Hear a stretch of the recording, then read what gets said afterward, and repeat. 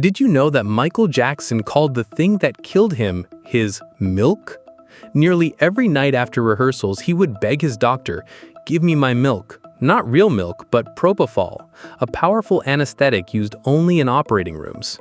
Despite having money, fame, and the ability to hire any doctor in the world, Michael Jackson died because a doctor left the room to flirt with a girl on the phone for 47 minutes. And the truth behind his final night is even more horrifying. From 1:30 a.m. to 10:40 a.m., Jackson was injected with 6 consecutive doses of sedatives and still couldn't sleep, until the final dose of propofol made him never wake up again. I'm Dr. Minions, a master of medicine specializing in emergency and critical care, and if you're busy, please save this video to watch later. It was a night in June 2009. The brilliant lights of the Staples Center still lingered on Michael Jackson's face as he walked off the stage. Having just completed the final rehearsal for the This Is It tour, the most anticipated comeback tour of the decade, he hugged his dancers, thanked the production team, and said goodnight. God bless you. But few knew that behind that radiant smile was a man struggling with horrifying insomnia. Travis Payne, Jackson's longtime choreographer, recalled, "He looked so sharp. There was no sign that anything was wrong. He didn't seem weak or troubled." But the truth was, Jackson hadn't had a proper night's sleep in days. When the car brought him back to his mansion at 100 North Carrollwood Drive, Holmby Hills, the clock had struck 12:30 a.m. Fans were still waiting outside the iron gates, and Jackson stopped to greet them, something he often did. The security guard led him into the house and straight upstairs. Only 3 people were allowed on this floor: Jackson, his children, and Dr. Conrad Murray. In a bedroom that had been converted into a makeshift medical room, Dr. Conrad Murray was waiting with familiar vials of medicine. Jackson called propofol his milk, a liquid as milky white as its namesake, but in reality a powerful anesthetic that should only be used in a surgical theater. For over 2 months, Murray had turned this habit into a nightly ritual. Every night after an exhausting rehearsal, Jackson would ask Murray to administer propofol so he could get to sleep. But the night of June 24th was different. Jackson simply could not sleep. According to Murray's statement to the police, from 1:30 a.m. on June 25th, he tried to get Jackson to sleep using other sedatives. First 10 milligrams of Valium orally, then 2 milligrams of lorazepam intravenously at 2 a.m., followed by 2 milligrams of midazolam at 3 a.m., then another 2 milligrams of lorazepam at 5 a.m., and finally 2 milligrams of midazolam at 7:30 a.m. But Jackson still couldn't sleep. For 6 straight hours, he repeatedly begged Murray, "Please give me some milk. I need my milk." So why was Jackson so addicted to painkillers? The journey to his death began in 1984, when he suffered severe burns while filming a Pepsi commercial at the Shrine Auditorium in Los Angeles. On January 27, 1984, during the 6th take, pyrotechnics detonated earlier than planned, setting his hair on fire. He suffered second-degree burns to his scalp and lost a portion of his hair. This incident introduced Jackson to the world of painkillers and plastic surgery. On June 27, 1999, during the MJ and Friends concert in Munich, Germany, Jackson had another serious accident. While performing Earth Song, the flying platform he was on collapsed due to a technical malfunction, causing him to fall to the stage. After finishing the performance, Jackson collapsed in his dressing room and was taken to a Munich hospital with diagnosed chest and back injuries. From these traumas, Jackson developed chronic pain and severe insomnia. Medical experts stated that Jackson would sometimes go 3 to 5 days without sleep. By the late 90s, Jackson had developed a serious dependency on propofol. According to Harvard sleep expert Dr. Charles Chisler, Jackson may be the only human to ever have gone 60 days without any true REM sleep, an unwanted world record. Propofol does not provide essential REM sleep, it only induces a drug-induced coma.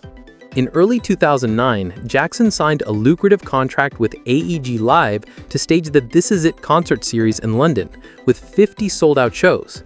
This was to be his comeback after 12 years without a major concert tour. Preparing for the tour quickly became an exhausting routine for Jackson. He had to dance, sing, keep up with the band, and work with the production team for hours on end, 5 to 6 days a week. As part of the deal with AEG, Jackson requested a personal physician to assist him during the tour. AEG hired Dr. Conrad Murray, a cardiologist who had known Jackson before and understood his special requests. Almost every night after rehearsals, Jackson would return to his mansion where Dr. Murray would administer propofol and other drugs. They had even turned a bedroom into a medical room. Murray had been giving Jackson propofol nearly every night for over 2 months to treat his insomnia. The autopsy report released on August 28, 2009 stated clearly this was a homicide.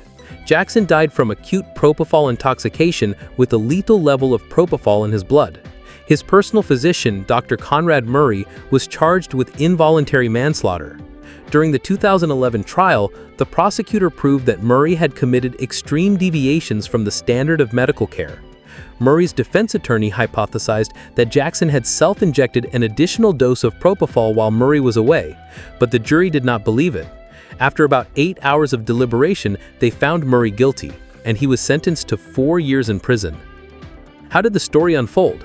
After Jackson's continuous demands, finally at 10:40 a.m., Murray relented. He diluted 25 milligrams of propofol with lidocaine and injected it into his IV line. This was the dose Murray considered small to help him sleep, but combined with the cocktail of benzodiazepines already in his system, it became a deadly ticking time bomb.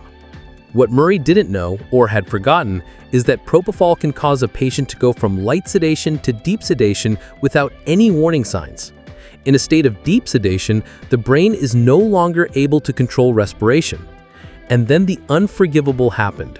Murray left the room. Phone records show that over the next 47 minutes, Murray made 3 consecutive calls. 11:18 a.m., a call to his Las Vegas office, 32 minutes. 11:59 a.m., a call to another patient, 11 minutes. 12:03 p.m., a call to Sade Anding, a cocktail waitress in Houston he was flirting with, 4 minutes. In the final call with Sade Anding, she recalled Murray seemed distracted and was speaking haltingly. Midway through the conversation, Murray suddenly went silent. Anding heard coughing and a mumbled voice on the other end. When Murray returned to the room around 12 p.m., he discovered Jackson was no longer breathing. But instead of recognizing this as respiratory arrest, where the brain is no longer controlling breathing but the heart is still beating, Murray thought it was cardiac arrest. This mistake killed Jackson. Instead of providing oxygen, the one thing Jackson needed at that moment, Murray began performing CPR on the soft bed, a completely ineffective measure. He also did not call 911 immediately. Instead, Murray called Jackson's assistant, Michael Amir Williams, at 12:13 p.m. with a desperate message. "Call me right away. Please call me right away. Thank you." When Williams called back, Murray only said, "Michael had a bad reaction. Get here right away." Murray never mentioned calling 911. The emergency call was finally made by a security guard at 12:21 p.m. When the paramedics arrived, they found Murray performing CPR clumsily on the bed. Jackson was not connected to any monitoring equipment. No heart rate monitor, no blood pressure cuff, no blood oxygen sensor. The paramedics did their best. They moved Jackson to the floor, performed CPR correctly, administered epinephrine, and even intubated him. But it was too late. Jackson's brain had been deprived of oxygen for too long. At 1:07 p.m., the ambulance left the mansion with Jackson and Murray in the back. In the ambulance, Murray was still on the phone, calling his girlfriend Alvarez, a call that lasted 2 minutes. At UCLA Medical Center, doctors fought for an hour and a half, but Michael Jackson, the king of pop, was pronounced dead at 2:26 p.m. on June 25, 2009 at the age of 50. The death of Michael Jackson was not just a loss of a great artist, but also a cautionary tale about the dangers of drug abuse. And if you don't know about the devastating disease that Mr. Beast has, click on this link.